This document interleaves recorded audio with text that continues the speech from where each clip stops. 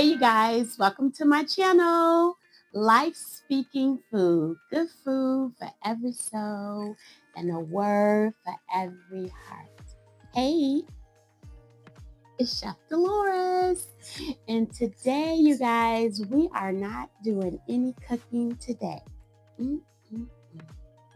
So, what we are going to do, we're going to make homemade salsa. Now, it's not just any salsa. It's probably some salsa that you may have never had before, or you may have had it before. We're going to make two different types of salsas. We're going to use fresh fruit. Yes. We're going to make a watermelon salsa, and we're going to make a pineapple salsa. So, I'm not using any canned pineapples. I'm not using anything like from dry powder or anything like that. All fresh ingredients. So it's so important to use fresh ingredients. If you go to the store, you get some pineapple chunks in a can and you want to make some homemade salsa, you really don't taste the actual pineapple because it's been sitting in that liquid in that can for so long. It's just like when people go and they try to make a salsa out of canned tomatoes. I would not do that. It is a little process if you want to make your own salsa with actual real tomatoes, if you want to deskin them or not. But today, we're not making a vegetable salsa. We're making fruit salsas. So one of them is a pineapple one. And if pineapple is a little bit more sweet, depends on how you look for them and pick them at the store. So what I do, I go to the very center of the pineapple and I rattle that leaf a little bit.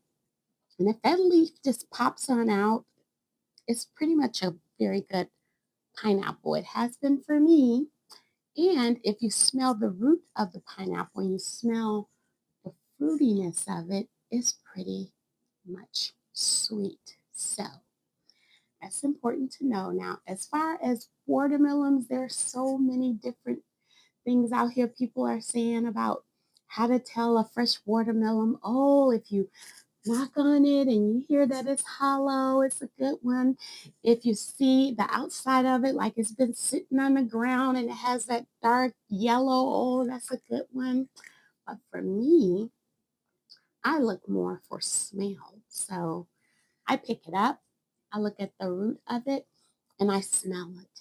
That's how I pick out my watermelon. So that's important. Smelling is so important as chefs. We want to smell it. If it smells fruity, we want to describe what it smells like. If it's not fruity or something like that is so important. So we're using fresh ingredients today. It's really quick. And let me tell you, I made pineapple salsa and I put it over some haddock fish. It was so good. So good. And I made the watermelon salsa before. And I just use it just as a side dish, just a teaser for people to eat with some chips. I haven't really found the right type of food I would put the salsa over. And I don't do mango salsa. Not because I don't like it, it's because I'm allergic to it. Now, I can touch the salsa, handle the salsa, but I wouldn't want to serve it to someone if I can't taste it to make sure that the taste is very balanced. So that's what we're doing today. We're going to make sure all the flavors are balanced. And I'm going to use small bowls because once you get it all packed in there, I'm going to wrap it with saran wrap, put it in the refrigerator overnight, and it's going to slowly shrink. Why am I using a small bowl? Because I need all those flavor ingredients to have a conversation, whether they want to or they don't. So the smaller the bowl, the more that they're going to all have a conversation and it's going to taste so good and they're all going to get along. So that is why I'm using a small bowl.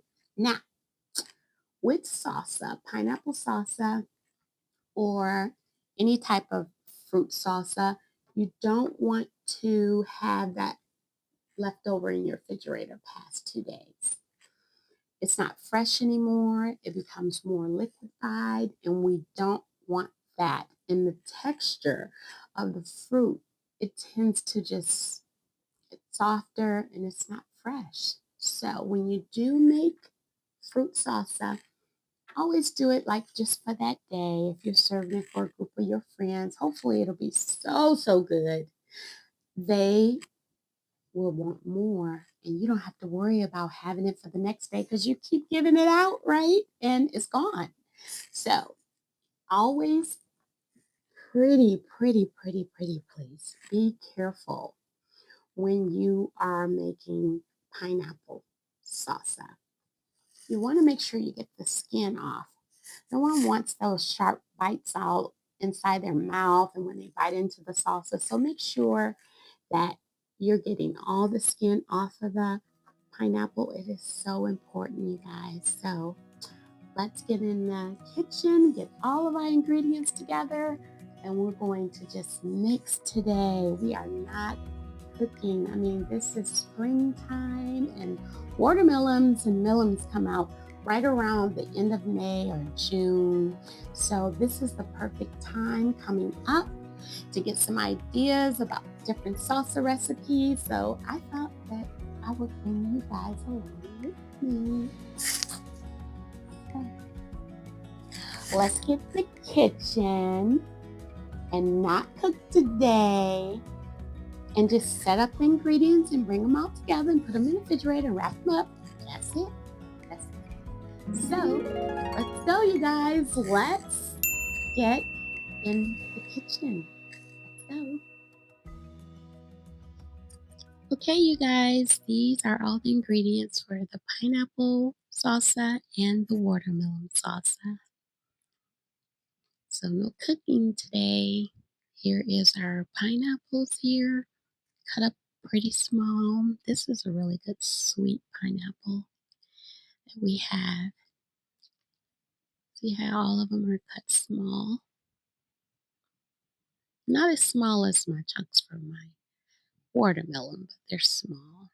These are the small dice for the watermelon. Watermelon season is like the end part of May, June. So this is it. So what we're going to do next, I'm going to add all these ingredients here to the salsa to split them down. We have our cilantro and avocado. That's going to go into the pineapple salsa because it's going to give us a different texture. We're not adding avocado to the watermelon salsa, not at all. So you see how chunky they are? No worries about that. The acid and everything is going to sit and it's going to go down. You have your onions, you have your garlic, you have your jalapeno. I de-seeded these here and they are small. We have our cilantro, we have, of course, salt, pepper, not too much salt. It's got the acid coming from our lime and a little more acid into the pineapples there as well. And so we're just going to bring all this stuff together. Let's start with the onions. We're going to take half of the onions and put that in here. It's real simple, you guys. Summertime is a great time for salsa, and I make my own. So, all the onions in there. So now we're going to go ahead and take half of this garlic and put it in there as well. I know y'all probably thinking, I never heard of pineapple salsa. Well, something different. Nothing wrong with that. Okay, so next we're going to take our jalapenos. And don't worry, it's not going to be too hot because you have that sweet that's going to balance that hot. And there's no seeds in there, so it shouldn't be that hot at all. All right, we're going to get all that in there, get that going. All right, you guys. So next, we're going to go ahead and add our coarse seasonings, the salt and the pepper, half and half. That's important. Every ingredient matters. Let's get all that in there. Okay.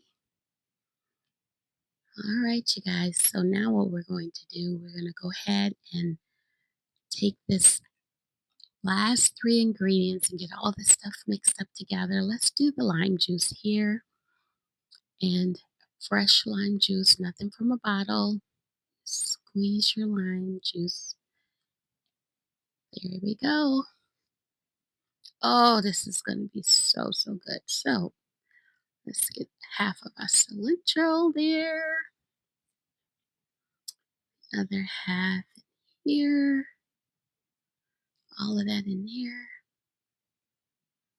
Small bowls I'm using because once everything kind of sets down, that's going to be it. So it may look like it's overflowing. So now let's do this avocado. We're going to go ahead and add that in there, you guys. We'll get it going, get it all covered up, and go right in there. Stay tuned, you guys. Let's see how this looks. All right. Okay, you guys, this is it. Look at that. Looks so good. Pineapple salsa. Have the avocados under that. And once I wrap it all up, put it in the refrigerator overnight.